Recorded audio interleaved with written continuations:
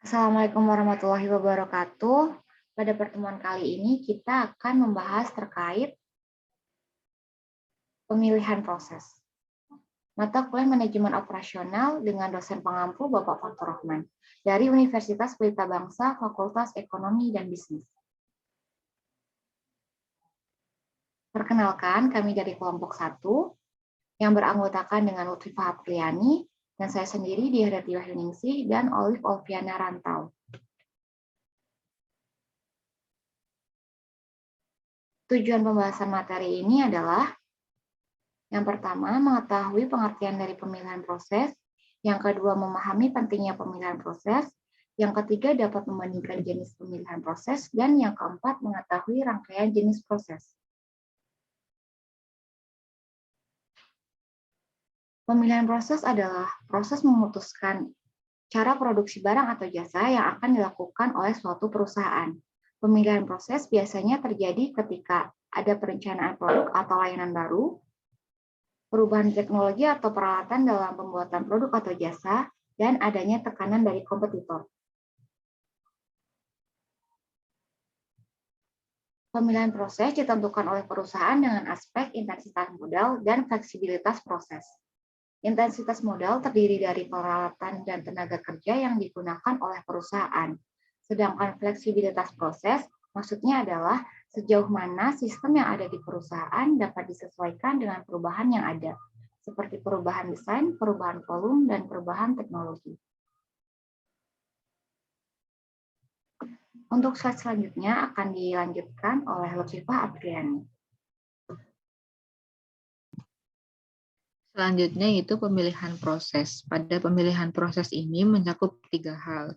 Yang pertama itu variasi. Maksudnya adalah seberapa banyak variasi atau desain yang akan dikeluarkan oleh perusahaan. Yang kedua yaitu fleksibilitas peralatan.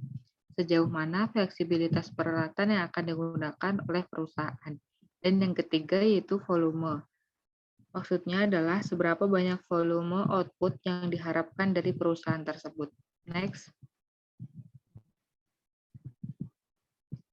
Selanjutnya yaitu jenis pemilihan proses. Terdapat 2 jenis pemilihan proses. Yang pertama yaitu operasi intermiten dan operasi berulang atau repetitif. Operasi intermiten merupakan proses memproduksi beragam produk dalam volume terbatas dengan kebutuhan pemrosesan yang berbeda-beda. Contohnya adalah fasilitas kesehatan. Setiap pasien mendapatkan perawatan berbeda tergantung kebutuhan. Operasi ini membutuhkan tenaga kerja yang intensif, pekerja harus fleksibel, dan bisa melakukan berbagai tugas sesuai kebutuhan pemrosesan produk. Peralatan lebih serbaguna, volume produksi sesuai dengan permintaan pelanggan. Contoh lainnya adalah bengkel bodi mobil dan bengkel perkakas. Jenis yang kedua yaitu operasi berulang atau repetitif merupakan proses memproduksi satu atau beberapa produk standar dalam volume besar. Sumber daya disusun dalam satu aliran agar mengakomodasi produksi secara efisien. Operasi lebih membutuhkan modal yang intensif, lebih banyak berinvestasi pada peralatan dan fasilitas, serta mengandalkan otomatisasi. Volume produksi berdasarkan pada peramalan permintaan mendatang. Operasi berulang digunakan untuk menghasilkan satu atau beberapa produk standar dalam volume tinggi. Contohnya adalah jalur perakitan khas, kafetaria, atau pencucian mobil otomatis. Next. Selanjutnya, operasi intermiten versus operasi repetitif. Pada tabel tersebut menampilkan perbedaan secara spesifik, namun perbedaan secara garis besarnya adalah pada volume produksi dan standarisasi proses produksi. Volume produksi pada operasi repetitif relatif lebih besar daripada operasi intermiten, serta standarisasi proses pada operasi intermiten lebih fleksibel daripada operasi repetitif. Selanjutnya akan dilanjutkan oleh rekan saya yaitu Olive.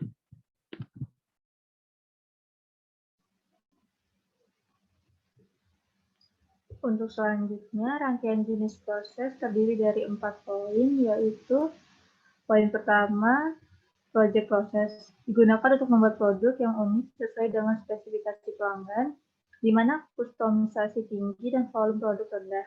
Karena setiap produk berbeda, contohnya pembuatan karya seni atau desain interior. Poin kedua, batch process. digunakan untuk menghasilkan produk dalam jumlah kecil dalam kelompok atau batch berdasarkan pesanan pelanggan atau spesifikasi produk. Contohnya bisa dilihat di toko roti atau percetakan. Poin ketiga, line process dirancang untuk menghasilkan volume besar produk standar untuk produksi massal dengan sedikit atau tanpa penyesuaian. Contoh pada produksi mobil atau komputer.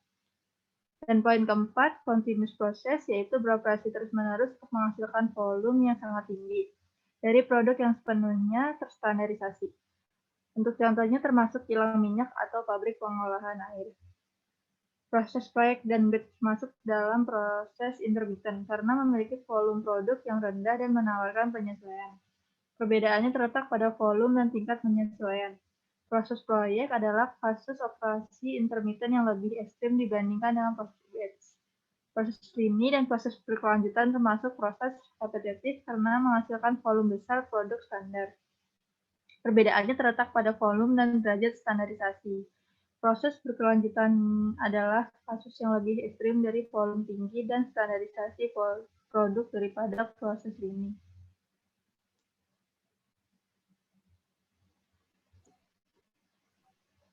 Oke, sekian presentasi dari kami. Terima kasih. Wassalamualaikum warahmatullahi wabarakatuh.